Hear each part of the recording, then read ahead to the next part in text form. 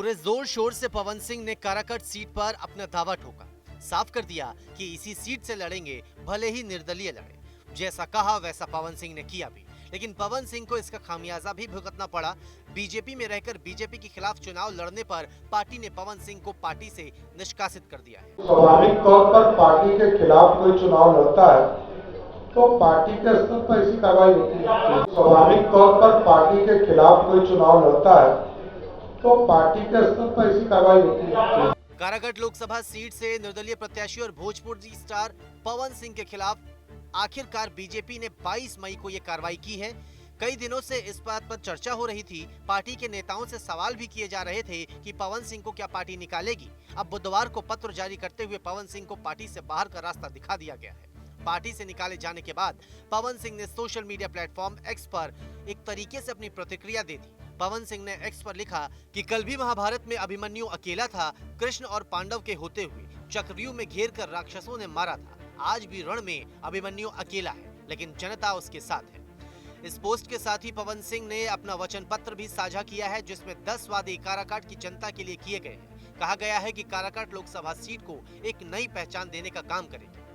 पवन सिंह को जो कहना था वो तो उन्होंने कह दिया, लेकिन पार्टी से बाहर निकाले जाने की खबरों के बाद अब विपक्ष इसे कोई और ही एंगल दे रहा है।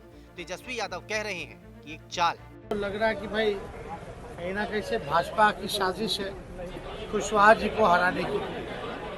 हो सकता है इस वजह से भाजपा दिखावटी कार्रवाई कर रही है, लेकिन अंदर ही अंदर भाजपा के लोग जो कुशवाहा जी को हराने के लिए कर रहे हैं।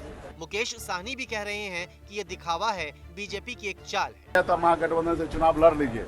अब पता चला कि बीजेपी का सीट है सामने तो वो पीछे हट गया, तो बीजेपी से कितना नजदीकी है ये जग जाहिर है। और हाँ, गेम है उपेंद्र कुशवाहा जी को ठिकाना लगा के कुशवाहा समाज का जो नेता है उनको खत्म करके, और वो चाहते हैं कि ये चुनाव खत्म होगा और चुनाव हार जाएंगे, उसके बाद बोलेंगे कि बीजेपी में सदस्यता ले लीजिए, बीजेपी में आ जाइए और फिर आपको कुछ बना देंगे, वरना आप उम्र भी हो चुका है तो आप घर पे रहिए।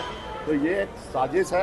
लेकिन गठबंधन में शामिल जेडीयू की ओर से कहा जा रहा है कि पार्टी का फैसला है, पार्टी के विरोध में कोई काम करेगा तो एक्शन होगा ही। पार्टी चुनाव लड़ा रही है, एनडीए चुनाव लड़ रही है और एनडीए के खिलाफ आप चुनाव लड़ेंगे तो निश्चित तौर पर अब समझ रहे पार्टी को काम नहीं कर रहे हैं। पवन सिंह को पहले बीजेपी ने आसनसोल से टिकट दिया था। हालांकि पवन सिंह के गाने को लेकर बहुत ज्यादा विवाद हुआ और उसके बाद पवन सिंह ने उस सीट से चुनाव लड़ने के लिए मना कर दिया। इसके बाद पवन सिंह ने काराकाट से चुनाव लड़ने का ऐलान किया। बीजेपी से टिकट नहीं मिला, लिहाजा निर्दलीय मैदान में उतरे।